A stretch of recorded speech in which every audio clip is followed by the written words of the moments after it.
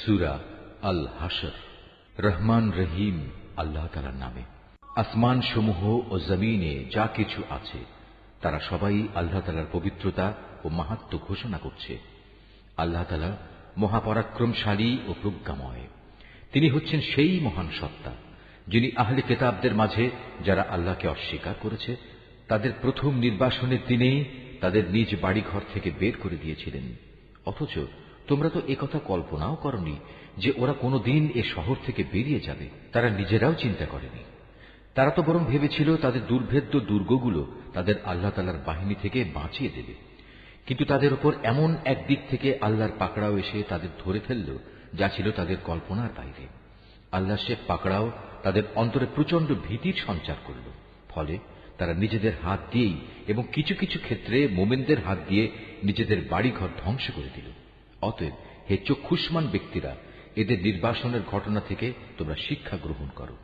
যদি আল্লাহ তাআলা ওদের উপর নির্বাসিত করার সিদ্ধান্ত বসিয়ে না দিতেন তাহলে আগের জাতিসমূহের মতো তিনি তাদের এ দুনিয়ায় রেখেই কঠোর শাস্তি দিতে পারতেন। অবশ্য তাদের জন্য পরকালে জাহান্নামের আগুন তো প্রস্তুত রয়েছেই। ওটা এজন্যই রাখা হয়েছে যে তারা আল্লাহ তাআলা ও তার রাসূলের সুস্পষ্ট বিরুদ্ধে আচরণ করেছিল। আর যে কেউই আল্লাহর বিরোধিতা করে তার জানা উচিত আল্লাহ তাআলা শাস্তি দানের ব্যাপারে অত্যন্ত কঠোর। এ সময় তোমরা যেসব খেজুর গাছ কেটে ফেলেছ এবং যেগুলো না কেটে তার মূলের উপর দাঁড়িয়ে থাকতে দিয়েছ তা অসঙ্গত ছিল না, বরং তা ছিল সম্পূর্ণ আল্লাহ তাআলার অনুমতিক্রমেই। আর আল্লাহ তাআলা অনুমতি এ কারণেই দিয়েছেন যেন তিনি এ দ্বারা নাফরমানদের অপমানিত করতে পারেন। এই ঘটনার ফলে আল্লাহ তাআলা যেসব ধন সম্পদ তাদের কাছ থেকে নিয়ে তার রাসূলকে দিয়েছেন তা ছিল তাঁরই একান্ত অনুগ্রহ। তোমরা তো এগুলো পাওয়ার জন্য কোনো ঘোড়ায় কিংবা উষ্ট্রে আরোহণ করে যুদ্ধ করনি। আসলে আল্লাহ তাআলা যার উপরই চান তার উপরেই তার রাসূলকে কর্তৃত্ব প্রদান করে থাকেন। আর আল্লাহ তাআলা সর্ববিষয়ের উপরই শক্তিমান। আল্লাহ তাআলা ধন সম্পদের যা কিছু সেই জনপদের মানুষদের কাছ থেকে নিয়ে তার রাসূলকে দিয়েছেন তা হচ্ছে আল্লাহর জন্য, রাসূলের জন্য, রাসূলের আত্মীয় স্বজন, এতিম মিসকিন ও পথচারীদের জন্য। সম্পদ তোমরা এমন ভাবে বন্টন করবে যেন তা কেবল তোমাদের সমাজের বিত্তশালী লোকদের মাঝেই আবর্তিত না হয়, এবং আল্লাহর রাসূল তোমাদের যা কিছু অনুমতি দেয় তা তোমরা গ্রহণ করো, এবং সে যা কিছু নিষেধ করে তা থেকে বিরত থাকো। আল্লাহ তাআলাকেই ভয় করো। অবশ্যই আল্লাহ তাআলা কঠোর শাস্তিদাতা। এ সম্পদ সেসব অভাবগ্রস্ত মুহাজিরদের জন্য যাদের আল্লাহর উপর ঈমানের কারণেই নিজেদের ভিটেমাটি ও সহায় সম্পদ থেকে উচ্ছেদ করে দেয়া হয়েছে। অথচ এ লোকগুলো আল্লাহর অনুগ্রহ ও তার সন্তুষ্টি হাসিল করতে চায়। আল্লাহ তাআলা ও তার রাসূলের সাহায্য সহযোগিতায় তৎপর থাকে। মূলত এই লোকগুলোই হচ্ছে সত্যাশ্রয়ী।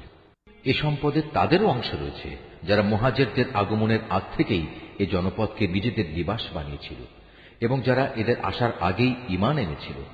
তারা ওদের অত্যন্ত ভালোবাসে যারা হিজরত করেছে। রাসূলের পক্ষ থেকে তাদের মুহাজির সাথীদের যা কিছু দেয়া হয়েছে সে ব্যাপারে তারা নিজেদের অন্তরে তার কোনো রকমের প্রয়োজন অনুভব করে না। শুধু তাই নয়, তারা তাদের মুহাজির সাথীদের প্রয়োজনকে সর্বদাই নিজেদের প্রয়োজনের উপর অগ্রাধিকার দেয়, যদিও তাদের নিজেদেরও অনেক অভাবগ্রস্ততা রয়েছে। আসলে যাদের মানসিক কৃপণতা সংকীর্ণতা থেকে বাঁচিয়ে রাখা হয়েছে তারাই হচ্ছে সফলকাম। সে সম্পদ তাদের জন্য যারা তাদের মুহাজির ও আনসারদের পরে এসেছে। এরা সব সময় বলে, হে আমাদের মালিক, তুমি আমাদের মাফ করে দাও। আমাদের আগে আমাদের যে ভাইয়েরা ঈমান এনেছে তুমি তাদেরও মাফ করে দাও, এবং আমাদের মধ্যে যারা ঈমান এনেছে তাদের ব্যাপারে আমাদের মনে কোনো রকম হিংসা বিদ্বেষ রেখো না। হে আমাদের মালিক, তুমি অনেক মেহেরবান ও পরম দয়ালু। হে রাসূল, তুমি কি সেসব মুনাফিকদের আচরণ লক্ষ্য করনি যারা তাদের কাফের আহলে কিতাব ভাইদের বলে, যদি তোমাদের কখনো এ জনপদ থেকে বের করে দেয়া হয় তবে আমরাও তোমাদের সাথে একাত্মতা দেখিয়ে এখান থেকে বেরিয়ে যাব, এবং তোমাদের স্বার্থের বেলায় আমরা কখনো অন্য কারো আনুগত্য করব না। আর তোমাদের সাথে যদি যুদ্ধ বাঁধিয়ে দেয়া হয় তাহলে আমরা অবশ্যই তোমাদের সাহায্য করব। কিন্তু আল্লাহ তাআলা নিজেই সাক্ষ্য দিচ্ছেন এরা নিঃসন্দেহে কপট মিথ্যাবাদী। সত্য কথা হচ্ছে যদি তাদের বের করেই দেয়া হয় তাহলে এরা কখনো তাদের সাথে বের হবে না। আবার যুদ্ধে আক্রান্ত হলে এরা তাদের কোনো প্রকার সাহায্যও করবে না। যদি এরা সাহায্য তাদের করেও তবু নিঃসন্দেহে এরা পৃষ্ঠ প্রদর্শন করবে। অতঃপর এ লোকদের আর কোনো উপায়ই কোনো সাহায্য করা হবে না। আসলে এদের অন্তরে আল্লাহ চাইতে তোমাদের ভয় বেশি বড় হয়ে বসে আছে। এর কারণ হচ্ছে এরা এমন একটি জাতি যারা আসল কথাই বুঝতে পারে না। এরা কখনো ঐক্যবদ্ধ হয়েও তোমাদের সাথে লড়াই করতে আসবে না। যদি করেও তা করবে অবশ্য কোনো সুরক্ষিত জনপদের ভেতরে বসে অথবা নিরাপদ পাঁচিলের আড়ালে থেকে। আসলে তাদের নিজেদের পারস্পরিক শত্রুতা খুবই মারাত্মক। তুমি তো এদের মনে করো এরা ঐক্যবদ্ধ, কিন্তু মোটেই তা নয়। এদের অন্তর হচ্ছে শতধা বিচ্ছিন্ন, কেননা এরা হচ্ছে নির্বোধ সম্প্রদায়। এদের অবস্থাও সেই আগের লোকদের মতো, যারা মাত্র কিছুদিন আগে নিজেদের কৃতকর্মের পরিণাম হিসেবে বিতাড়িত হবার শাস্তি ভোগ করেছে। তাছাড়া পরকালেও এদের জন্য কঠিন আযাব রয়েছে। এদের আরেকটি তুলনা হচ্ছে শয়তানের মতো। শয়তান এসে যখন মানুষদের বলে প্রথমে আল্লাহকে অস্বীকার করো, অতঃপর সত্যি যখন সে আল্লাহকে অস্বীকার করে তখন মুহূর্তেই সে বোল পাল্টে ফেলে এবং বলে আমার সাথে তোমার কোনো সম্পর্ক নেই, আমি নিজেও সৃষ্টি লোকের মালিক আল্লাহ তাআলাকে ভয় করি। অতঃপর শয়তান ও তার অনুসারী এই দুজনের পরিণাম হবে জাহান্নাম। সেখানে তারা চিরদিন থাকবে। আর এটাই হচ্ছে জালেমদের শাস্তি। হে মানুষ, তোমরা যারা ঈমান এনেছ আল্লাহ তাআলাকে ভয় করো। তোমাদের প্রত্যেকেরই উচিত ভালো করে লক্ষ্য করা যে আগামীকাল আল্লাহর সামনে পেশ করার জন্য সে কি আমলনামা পেশ করতে যাচ্ছে। তোমরা আল্লাহকে ভয় করতে থাকো। অবশ্যই তোমরা যা কিছু করছো আল্লাহ তাআলা তার পূর্ণাঙ্গ খবর রাখেন। তোমরা তাদের মতো হয়ো না যারা দুনিয়ার ফাঁদে পড়ে আল্লাহকে ভুলে গেছে এবং এর ফলে আল্লাহ তাআলাও তাদের নিজ নিজ অবস্থা ভুলিয়ে দিয়েছেন। আসলে এরা হচ্ছে আল্লাহর নাফরমান। জাহান্নামের অধিবাসী ও জান্নাতের অধিবাসীরা কখনো এক হতে পারে না।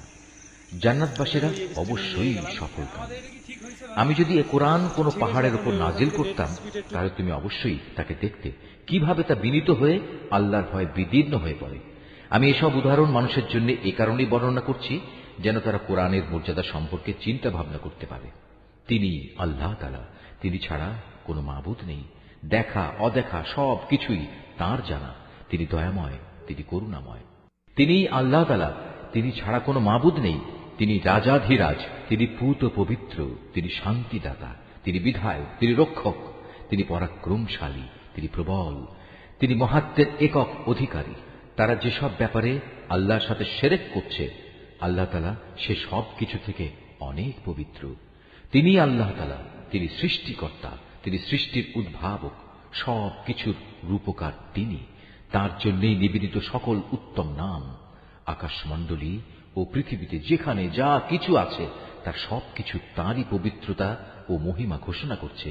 তিনি পরাক্রমশালী, তিনি প্রবল প্রজ্ঞাময়।